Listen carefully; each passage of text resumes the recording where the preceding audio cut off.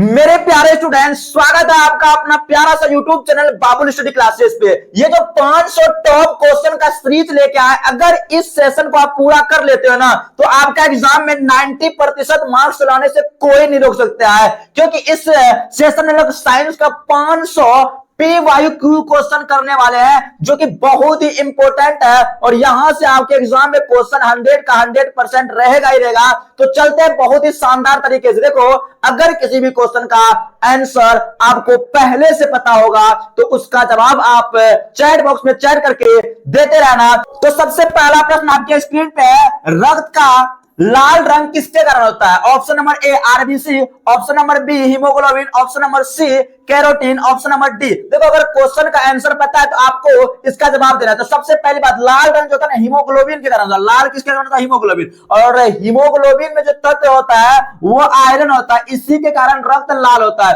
तो बता दो आयरन का परमाणु संख्या कितना होता है? फटाफट चैट बॉक्स में चैट करके बताएंगे आप लोग। चलो अगला प्रश्न कर चलते। देखो, रक्त का जो लाल रंग होता है वो किसके कारण होता है? हीमोग्लोबिन। तो ऑप्शन नंबर बी हो गया, क्योंकि हीमोग्लोबिन में लोहा पाया था। लोहा मतलब क्या? आयरन। ठीक है, आयरन पाया जाता है जो ऑक्सीजन से जुड़कर ऑक्सी हीमोग्लोबिन बनाता है और वही ऑक्सी हीमोग्लोबिन रक्त को क्या करता है? शुद्ध करने का काम करता है। और हीमोग्लोबिन जब कार्बन डाइऑक्साइड से मिलता है ये कार्बोक्सी हीमोग्लोबिन बनाता है। ठीक है, यहां पे इसका राइट आंसर क्या होगा? ऑप्शन नंबर बी हो गया। अगला सवाल क्यों चलते? सवाल नंबर दूसरा। सवाल नंबर 2 कहता है कि पौधों में भोजन का परिवहन किसके द्वारा होता है? मोस्ट वीवीआई क्वेश्चन एग्जाम के लिए। पौधों में जो भोजन का परिवहन होता है किसके द्वारा होता है? आपका ऑप्शन है जाइलम, बी फ्लोएम, सी स्टोमेटा और डी है क्यूटिकल। तो इस क्वेश्चन का सही आंसर क्या होगा? अगर पता है जल्दी से चैट बॉक्स में चैट करो। तो भोजन का जो परिवहन करता है, भोज से भोजन होता है ना, भोज से भोजन, यहाँ से फ से फल जाते हैं, फ्लोएम। क्या? फ्लोएम। देखो,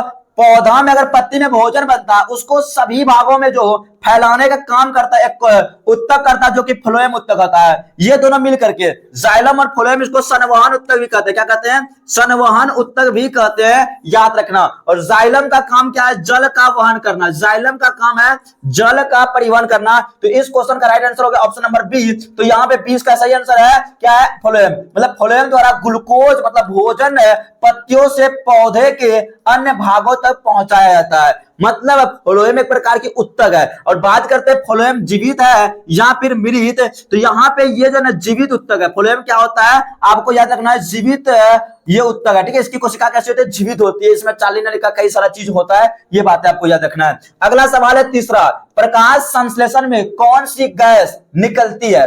देखो, यहां पे जो पूछ रहा है प्रकाश संश्लेषण में कौन सा गैस निकलता है, तो आपका ऑप्शन नंबर ए है carbon dioxide, B oxygen, C nitrogen और डी हाइड्रोजन। जब प्रकाश संश्लेषण की क्रिया होती है मतलब फोटोसिंथेसिस जो होता है उसमें गैस बाहर निकलता है। कौन सा गैस बाहर निकलता है? यहाँ पे ध्यान दोगे तो ऑक्सीजन आपको नजर आ रहा होगा, ऑक्सीजन बाहर निकलता है। वही बात करें अगर श्वसन में, अगर श्वसन की बात करते हैं तो श्वसन में ऑक्सीजन को ग्रहण किया जाता है। श्वसन क्रिया में ऑक्सीजन क्या किया जाता है? ग्रहण किया जाता है। और CO2 मतलब कार्बन डाइऑक्साइड को बाहर किया जाता है। लेकिन यहां पे पूछा जा रहा है क्या चीज? प्रकाश संश्लेषण। प्रकाश संश्लेषण में कौन सी गैस बाहर निकलता है? तो आपका ऑक्सीजन बाहर निकलता है। और ऑक्सीजन बाहर जाके कहां जाता है? वायुमंडल में। और वायुमंडल में ऑक्सीजन की प्रतिशत मात्रा से अगर क्वेश्चन पूछा जाए तो याद रखना 21% ऑक्सीजन की मात्रा होता है वायुमंडल में। ठीक है, तो इस क्वेश्चन का राइट आंसर आपका हो गया कि पौधों में कौन सी गैस बाहर निकलता है? ऑक्सीजन। आंसर क्या होगा? Option number B. पौधे CO2 और पानी से ग्लूकोज बनाते हैं। मतलब जब CO2 ग्रहण करता है, आपको पता होगा पौधा क्या करता है? CO2 ग्रहण करता है, लाइट ग्रहण करता है, इसमें क्लोरोफिल होता है, इसके उपरांत ये ग्लूकोज का निर्माण करता है। और ग्लूकोज का जब निर्माण करता है तो उसके बाद आपका क्या निकलता है? ऑक्सीजन को क्या करता है? बाहर छोड़ देता है। ठीक है, ऑक्सीजन को क्या करता है बाबू? बाहर छोड़ता है। तो इस क्वेश्चन का राइट आंसर क्या होगा? बी। देखो, अगर आपको आंसर पता होगा ना उसका जवाब दे सकते हो। ठीक है, आगे चलते हैं। चौथा प्रश्न है। चौथा नंबर प्रश्न कहता है कि पृथ्वी के वायुमंडल में कौन सी गैस सबसे अधिक मात्रा में पाया जाता है? तो पृथ्वी के जो वायुमंडल है तो वायुमंडल में कई सारे परत होता है, इसमें कई सारे गैस भी पाया जाता है। इसमें सबसे अधिक मात्रा में कौन सा गैस होगा? ऑक्सीजन होगा, कार्बन डाइऑक्साइड होगा, नाइट्रोजन होगा या फिर हाइड्रोजन। बात करते हैं, देखो यहाँ पे नाइट्रोजन कितना परसेंट होता है? 78.8। वैसे तो 78% भी आपका एग्जाम में पूछा जा सकता है। बात करें उसके बाद दूसरा नंबर पे आपका ऑक्सीजन है जो कि 20.95 होता है। वैसे इसको 21% बोला जा सकता है। ठीक है, 21% हो गया। उसके बाद आर्गन, आर्गन जो है ना ये है 0.93%। कार्बन डाइऑक्साइड अगर पूछा जाए ये 0.03, ये क्वेश्चन आपके एग्जाम में पूछा जा चुका है कि वायुमंडल में कार्बन डाइऑक्साइड की प्रतिशत मात्रा कितना होता है। वहीं पे नियोन जो होता है ना 0.0018 होता है। फिर हीलियम आपकी बात करते हैं 0.005% होता है। ये सब कुछ गैस है, इसका स्क्रीनशॉट लेना चाहते हो तो ले लो। तो पृथ्वी पे सबसे अधिक गैस पूछा है, ये हो जाएगा नाइट्रोजन। तो नाइट्रोजन इसका राइट आंसर हो जाएगा ऑप्शन नंबर सी। कितना परसेंट होता है? 78% होता है, याद रख लेना। अगला सवाल की ओर चलते हैं, सवाल नंबर 5। देखो सवाल नंबर ये चौथा, तो इसका राइट आंसर हो गया कितना? नाइट्रोजन हो गया, ऑप्शन नंबर सी। तो वायुमंडल में लगभग 78% नाइट्रोजन, 21% ऑक्सीजन और अन्य गैस होता है। ये सभी गैस हम बता चुके हैं कौन कौन सा गैस कितना परसेंट होता है, ठीक है। तो इसका आंसर भी हो गया। अगला सवाल है आपके पास 5 नंबर, विद्युत धारा का एसआई मात्रक। मेरे बाबू 5 नंबर क्वेश्चन है, विद्युत धारा का एसआई मात्रक क्या होगा? जूल होगा, वोल्ट होगा, एम्पियर होगा या फिर वाट होगा? तो इसका राइट आंसर क्या होगा? जल्दी से कमेंट बॉक्स में कमेंट करेंगे, जल्दी से फटाफट इसका जवाब कमेंट करेंगे कि विद्युत धारा का एसआई मात्रक। तब तक हम ये सब बताएं, जूल जो है ना किसका मात्रक है? ऊर्जा का एसआई मात्रक आपका हो जाएगा जूल। ऊर्जा का एसआई मात्रक क्या होगा? जूल। वोल्ट की बात करते हैं, ये विभव या विभवांतर का एसआई मात्रक क्या होता है?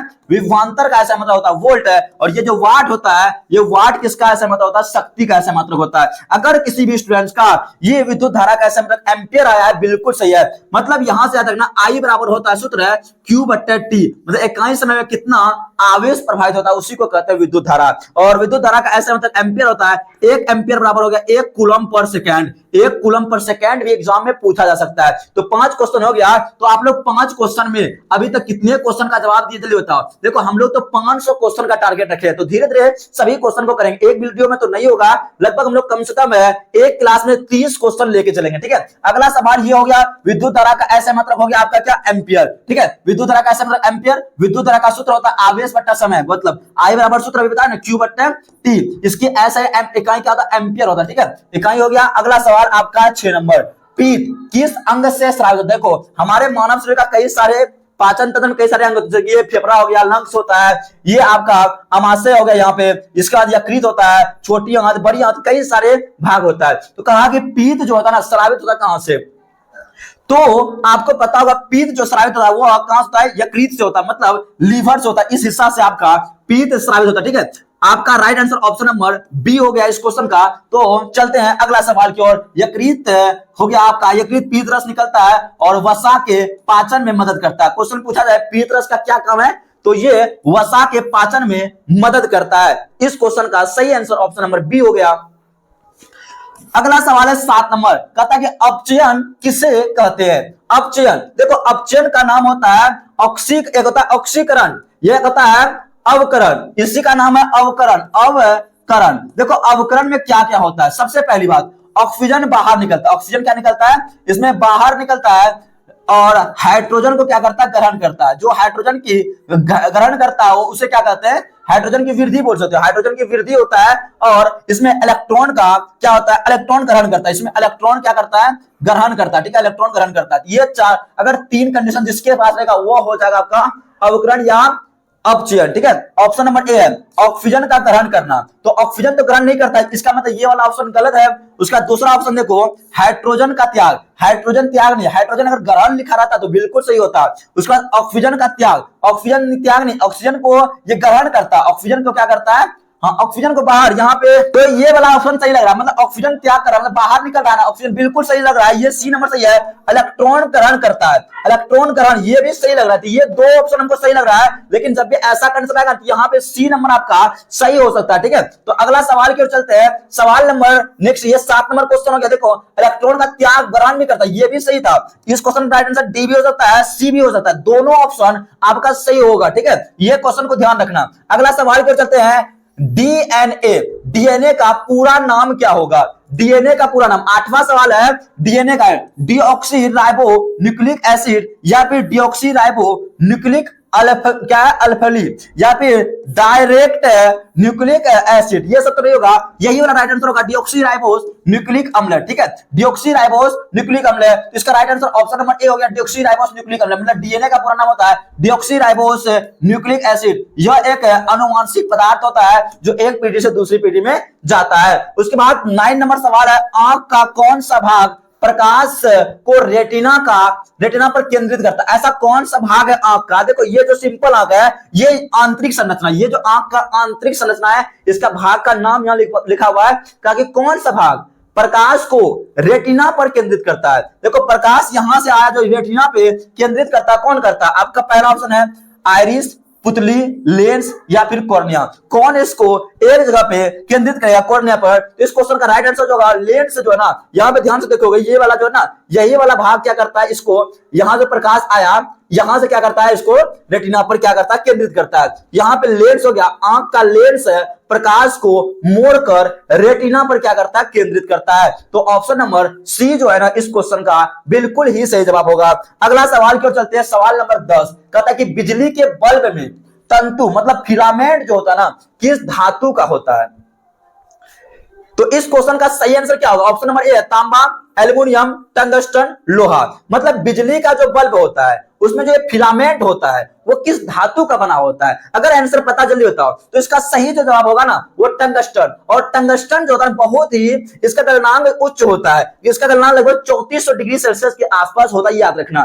क्या है आंसर? इसका सही आंसर टंगस्टन। टंगस्टन धातु का प्रयोग करता है किसमें? वही फिलामेंट में। टंगस्टन का गलनांक बहुत ही अधिक, लगभग कितना, 3400 डिग्री सेल्सियस के आसपास होता है, इसलिए इसे बल्ब के तंतु के रूप में प्रयोग किया, तंतु मतलब फिलामेंट के रूप में प्रयोग किया जाता है। तो अभी तक हम लोग 10 क्वेश्चन देख चुके हैं। तो 10 में से आप लोग कितना क्वेश्चन का जवाब सही दिए हो, एक बार जल्दी से कमेंट बॉक्स में कमेंट कर दो। तो चलिए अगला सवाल की ओर चलते हैं। सवाल नंबर 11। सवाल नंबर 11 क्या कहता है? श्वसन के दौरान कौन सी गैस बाहर निकलती है? मेरे बाबू श्वसन, देखो श्वसन पेड़ पौधा में भी होता है, मनुष्य में भी होता है, या किसी भी जीव जंतु में होता है। श्वसन की बात करते हैं तो श्वसन में हमेशा जो बाहर निकलेगा ना वो बाहर निकलेगा कार्बन डाइऑक्साइड। श्वसन में बाहर कौन सा निकलेगा? कार्बन डाइऑक्साइड निकलेगा। और ग्रहण जो होता है वो ऑक्सीजन होता है। तो श्वसन क्रिया में राइट आंसर हो जाएगा ऑप्शन नंबर क्या, बी। ठीक है, चाहे जीव जंतु पूछे या मनुष्य पूछे, किसी में पूछेगा। तो श्वसन के दौरान कौन सी गैस? तो आपका राइट आंसर हो गया कार्बन डाइऑक्साइड। कोशिकीय श्वसन में ग्लूकोज के विघटन से ऊर्जा बनती है और अवशिष्ट रूप में क्या बनता है? कार्बन डाइऑक्साइड हम लोग का शरीर से बाहर निकलता है, अवशिष्ट मतलब बेकार पदार्थ के रूप में। उसके बाद 12वां प्रश्न है, धातु को पीटकर पतली चादर बदलने की क्षमता को क्या कहते हैं? अगर कोई धातु है उसको पीट पीट के चादर बनाना, उसको क्या कहते हैं? आपके पास ऑप्शन है, तन्यता कहते हैं, आघात वर्धनता कहते हैं, चालकता कहते हैं, या फिर कठोरता। तो इस क्वेश्चन का सही आंसर क्या होगा, जल्दी से बताओ। तो इसका राइट आंसर होगा आघात वर्धनता, क्योंकि पीट पीट के चादर जो बनाते हो उसको आघात वर्धनता। इसका स्क्रीनशॉट लेना चाहते हो तो ले सकते हो कि आघात वर्धनता किसको कहते हैं? कहते धातु को हथौड़े से पीट कर चादर में बदलने की क्षमता आघात वर्धनता कहलाता है। यहां पे आप लोगों को यह सवाल क्लियर हो गया होगा। तो अगला सवाल है आपका 13 नंबर, कहता है विकास के सिद्धांत का प्रतिपादन किसने किया? मतलब विकासवाद। ठीक है, ये जो क्वेश्चन है विकासवाद का सिद्धांत किसने दिया? तो विकासवाद का सिद्धांत देने वाला जो वैज्ञानिक था वह था डार्विन। कौन था? डार्विन था, याद रखना। ठीक है, विकासवाद का सिद्धांत किसने दिया था? डार्विन। याद रख लेना विकासवाद का सिद्धांत किसने दिया था? तो विकासवाद का सिद्धांत देने वाला वैज्ञानिक कौन था? चार्ल्स डार्विन था। इसका राइट आंसर हो गया ऑप्शन नंबर ए।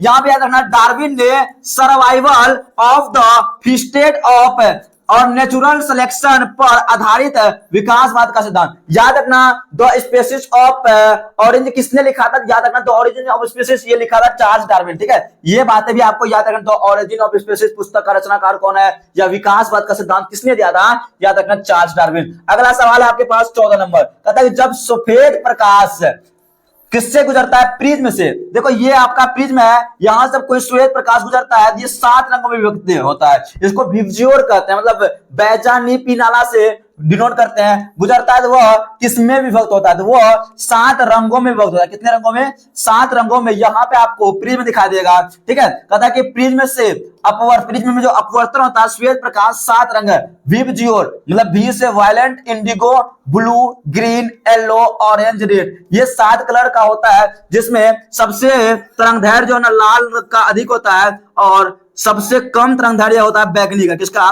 बैगनी का सबसे कम होता है तरंगदैर्घ्य। जिसका तरंगदैर्घ्य ज्यादा उसका विचलन कम और जिसका विचलन कम तुरंत धैर्य ज्यादा। ये बातें भी आपको याद रखना है। चलिए अगला प्रश्न की ओर चलते हैं। 14 प्रश्न हम लोग का कंप्लीट हो चुका है। 15 नंबर प्रश्न है, चुंबकीय क्षेत्र की दिशा ज्ञात करने का नियम कौन देता है? देखो चुंबकीय क्षेत्र, आपको ये अंगूठा का नियम पता है ना। अगर ये किसी धारावाहिक चालक तार है, अगर इसमें हम लोग ऐसे अपना दायां हाथ का अंगूठा जैसे पकड़ते हैं, ये धारा की दिशा, और बाकी जो अन्य अंगुलियां होता है ये चुंबकीय क्षेत्र की दिशा बताता है। ये बातें आपको पता होगा। मैक्सवेल का दक्षिण नियम, यहाँ पे आपको याद है दायां हाथ का अंगूठा का नियम। इसका राइट आंसर क्या होगा? दायां हाथ का अंगूठा का नियम ही राइट आंसर होगा। उसी पे काम करता है चुंबकीय क्षेत्र। देखो ये जो चुंबकीय क्षेत्र रेखा होता है, ये नॉर्थ पोल से निकल करके साउथ पोल में क्या करता है? प्रवेश करता है। और यह जो एक प्रकार का काल्पनिक रेखा होता है, और ज्यादा सघन होता है ध्रुव के पास, और विरल होता है कहां पे? बाकी जगह पे। ध्रुव के पास ये सघन, यहां से ये सब भी क्वेश्चन पूछ सकता है। तो यहाँ पे आपका दायां हाथ का अंगूठा का नियम राइट आंसर होगा ऑप्शन नंबर ए। क्लियर है ना? यहाँ पे आपका ऑप्शन नंबर ए ही बिल्कुल राइट आंसर है। फ्लेमिंग का दायां हाथ का नियम या फ्लेमिंग का बायां, ए नंबर इसका राइट आंसर। ठीक है, अगला सवाल की ओर चलते हैं। सवाल नंबर 16 कहता क्या है? जीवाश्म ईंधन किससे बने होते हैं? देखो जीवाश्म ईंधन कैसे बना होगा? आपको पता हो कई लाखों करोड़ों साल पहले जब भूकंप आया होगा या कोई चीज आया होगा, उसमें क्या होगा? पेड़ पौधा जीव जंतु जमीन के अंदर दब गया होगा, जिसके कारण उसमें दाब बढ़ा होगा, और दाब बढ़ा होगा तो क्या होगा?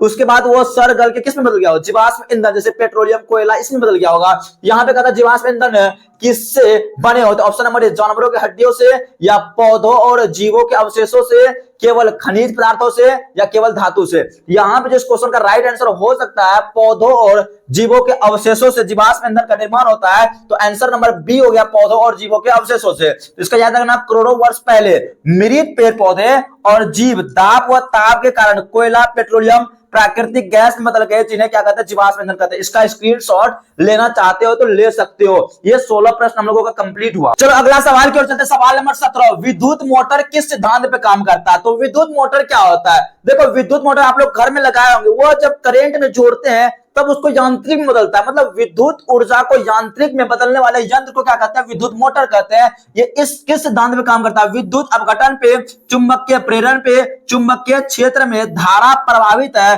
चालक पर बल। बिल्कुल ये सही लग रहा है। उष्मा उत्पादन करना, ये तो उत्पन्न करना तो नहीं होगा। यहाँ पे जो 17 नंबर क्वेश्चन है, इसका सही आंसर क्या होगा?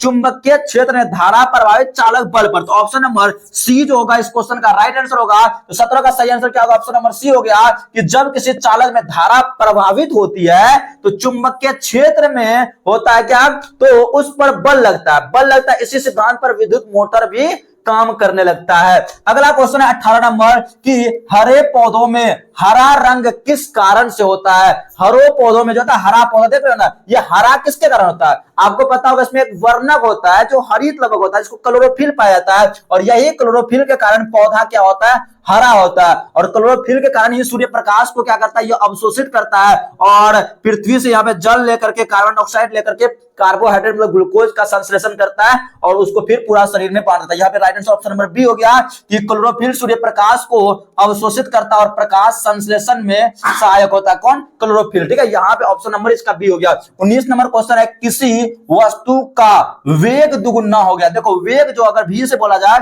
इसको क्या कर दिया गया? दुगुना कर दिया गया है।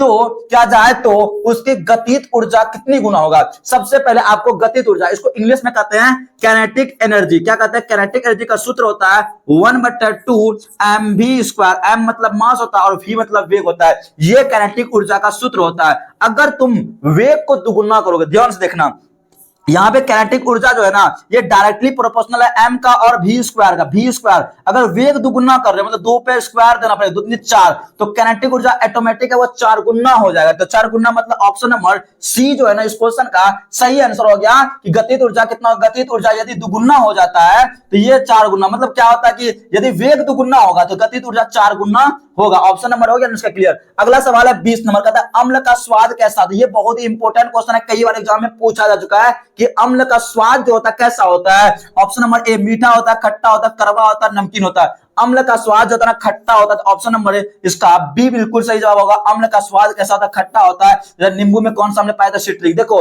कई सारे अम्ल होगा जिसको हमें पहचानना है, वहां तो चख के नहीं पहचानोगे। अम्ल क्या होता है कि जो जल में घुलकर H+ आयन देगा उसे क्या कहते हैं? अम्ल कहते हैं। अम्ल क्या होता है? जो जल में घुलकर H+ आयन देते हैं। और जितने भी अम्ल होते हैं मतलब धातु के ऑक्साइड क्या होते हैं? क्षारीय होते हैं। और अधातु के ऑक्साइड, जितने भी अधातु के ऑक्साइड है, अधातु के ऑक्साइड वह जो होता है अम्लीय होते हैं। क्या होते हैं?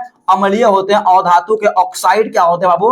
अम्लीय होते हैं। जैसे कि आपको कोई भी अधातु ले लो, जैसे कार्बन है, कार्बन का ऑक्साइड, कार्बन डाइऑक्साइड, सल्फर ले लो, सल्फर का ऑक्साइड, सल्फर डाइऑक्साइड, ये सभी क्या होता है? अम्लीय होता है। और कई सारे अम्ल देखो यहाँ पे संतरा में पाया था साइट्रिक अम्ल या सिट्रिक अम्ल, बोलो। नींबू में कौन सा अम्ल है? नींबू में सिट्रिक या साइट्रिक अम्ल होता है। इमली, इमली टेढ़ा होता है, टेढ़ा से याद रखना टाइट्रिक अम्ल है। कच्चा आम, अंगूर, ये सभी में क्या होता है? टाइट्रिक अम्ल। कच्चा आम, अंगूर, इमली, ये सब होता है टाइट्रिक अम्ल। उसके बाद टमाटर और अमरूद, टमाटर और अमरूद की बात करते हैं, इसमें पाया था ऑक्जेलिक अम्ल। ऑक्जेलिक अम्ल किसमें? टमाटर में। बोलेगा दही में कौन सा अम्ल? दही में जो पाया जाता है ये आपका पाया था लैक्टिक अम्ल। दही में कौन सा अम्ल पाया था? लैक्टिक अम्ल। चींटी का डंक, नेटल का डंक, मधुमक्खी का डंक, ये कोई भी पूछा जाए, चींटी का डंक, नेटल का डंक, मधुमक्खी का डंक, याद रखना मेथनोइक अम्ल या उसी का दूसरा नाम होता है फॉर्मिक अम्ल। इसमें क्या पाया था? फॉर्मिक अम्ल। अच्छा, सेब में कौन सा अम्ल? मैलिक। सेब मैला होता है तो याद रखना सेब में मैलिक अम्ल पाया था। उसके बाद मक्खन में, मक्खन में कौन सा अम्ल पाया था? ठीक है, मक्खन में कौन सा अम्ल पाया जाता है?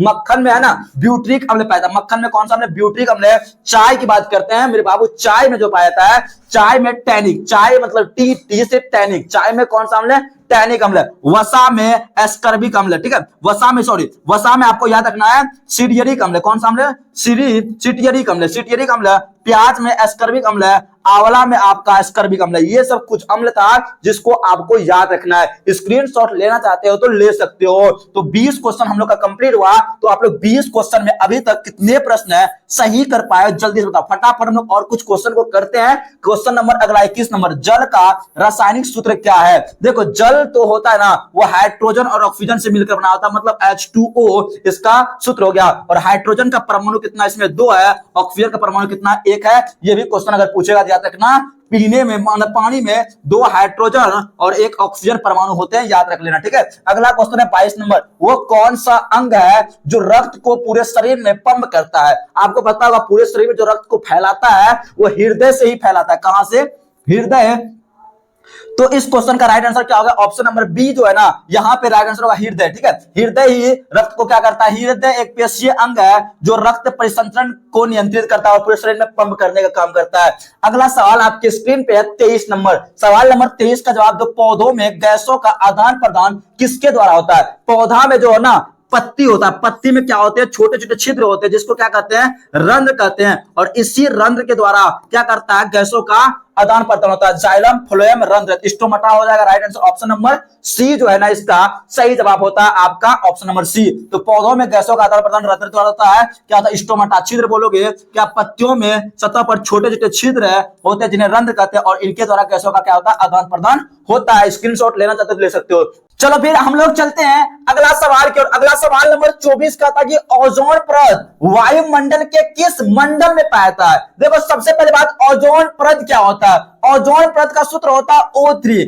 यह एक ऐसा परत है हमारे पृथ्वी के वायुमंडल में जो कि हमें सूर्य से आने वाला पराबैंगनी किरण से बचाता है। क्योंकि पराबैंगनी किरण एक बहुत ही खतरनाक किरण बोल जाते हैं क्योंकि इससे हमारे त्वचा कैंसर होता है। अगर यह जो परत नहीं रहता तो पराबैंगनी किरण डायरेक्ट हमारे पृथ्वी पे आता है और सब चीज लगभग जल जाता है, मतलब नष्ट हो सकता है और ये त्वचा कैंसर हो सकता है। ये होता है ओजोन परत। ओजोन परत बहुत ही जरूरी है। ये ओजोन परत कौन सा मंडल में? क्षोभ मंडल, संताप मंडल, मध्य मंडल, आयन मंडल। देखो हमारे वायुमंडल में कई सारा मंडल। सबसे पहला मंडल जो होता है ना इसको कहते हैं क्षोभ मंडल, जिसमें हम लोग रहते हैं, बारिश होता है, बादल होता है, गुब्बारा उड़ता है, ये क्षोभ मंडल। उसके बाद दूसरा जो मंडल होता है उसको कहते हैं संताप मंडल। संताप मंडल 13 किलोमीटर से लेकर 50 किलोमीटर तक होता है। इसी में हवाई जहाज होता है, इसी में ओजोन परत भी होता है। उसके बाद मध्य मंडल होता है जो 51 किलोमीटर से लेकर के 58 किलोमीटर 80 किलोमीटर तक होता है। ठीक है, इसमें उल्का पिंड ये सब होता है। उसके बाद आपका होता है ताप मंडल, ठीक है, जिसमें उपग्रह तो उपग्रह उड़ता है। उसके बाद लास्ट होता है बहिर्मंडल, जिसमें अंतरिक्ष यान सब होता है। ये हमारे पास 5 मंडल होते हैं जो कि वायुमंडल का है। तो इस क्वेश्चन का ओजोन परत हो जाएगा हम लोग का कौन सा मंडल में, समताप मंडल हो जाएगा। ऑप्शन नंबर यहाँ पे बी नंबर जो है बिल्कुल ही सही जवाब होगा। अगला सवाल की ओर चलते हैं। सवाल देखो, ये 24 हो गया। ओजोन परत कौन सा मंडल में, समताप मंडल में पाए जाने वाला ओजोन परत हमें सूर्य की पराबैंगनी किरण से क्या करता है, बचाती है। बहुत इंपॉर्टेंट बात है, इसको नोट डाउन कर लेना, स्क्रीनशॉट ले लेना अगर, ठीक है, स्क्रीनशॉट ले सकते हो। 25 नंबर सवाल है, पीत रस क्या का काम है। देखो ये जो क्वेश्चन है बहुत इंपॉर्टेंट है। पीत रस हमारे शरीर में क्या काम करता है, प्रोटीन पाचन करता है, वसा को मतलब क्या करता है, इमाइलिशीकरण करता है, या स्टार्च को शर्करा में बदलता है, ग्लूकोज को ऊर्जा प्रदान करता है। इस क्वेश्चन का राइट आंसर होगा वसा का कहता है इमाइलिशीकरण करना, ठीक है। पीत रस का वसा, जो पीत रस होता है वसा को छोटे छोटे कणों में तोड़ता है, जिसे एंजाइम इन्हें आसानी से पचा सकता है। ये था 25 नंबर क्वेश्चन। ऑप्शन नंबर इसका राइट आंसर हो गया बी नंबर। तो 25 क्वेश्चन इधर हम लोग देखे हैं। 25 क्वेश्चन में से आप लोग कितने क्वेश्चन का जवाब सही सही दे पाए हो, तो जल्दी से बता देना। एक क्वेश्चन आपके लिए है कि गोलीय दर्पण, देखो इसका जवाब देना है कमेंट बॉक्स में। क्या है, गोलीय दर्पण जो होता है ना, गोलीय दर्पण, ठीक है, गोलीय दर्पण की वक्रता त्रिज्या, क्या वक्रता त्रिज्या, ठीक है, वक्रता त्रिज्या, ठीक है बाबू, त्रिज्या, त्रिज्या मतलब यहाँ पे आर बोल रहे थे, वक्रता त्रिज्या क्या आर, और फोकस दूरी, और फोकस दूरी, ठीक है, फोकस दूरी याद रखना। ये क्वेश्चन फोकस दूरी मतलब एफ, फोकस दूरी एफ में क्या संबंध है, ये क्वेश्चन आपके लिए स्टार लगाना। ये क्वेश्चन 2026 के बोर्ड एग्जाम में पूछेगा कि गोलीय दर्पण की वक्रता त्रिज्या आर और फोकस दूरी एफ में क्या संबंध है। इसका जवाब आपको कमेंट बॉक्स में कमेंट करना है। तो आज हम लोग 25 क्वेश्चन देखे। फिर देखो अगला क्लास हम लोग का होगा कल, तो जिसमें अगला क्वेश्चन 30 क्वेश्चन देगा। देखो अगर इसी प्रकार से 500 क्वेश्चन करना है तो आप इस चैनल को सब्सक्राइब करके बेल आइकन को क्या कर दो, प्रेस कर दो, ठीक है। तो इसी प्रकार से हम लोग डेली क्वेश्चन करते रहेंगे। तो लव यू टेक केयर, जय हिंद, वंदे मातरम। फिर मिलते हैं नेक्स्ट क्लास में।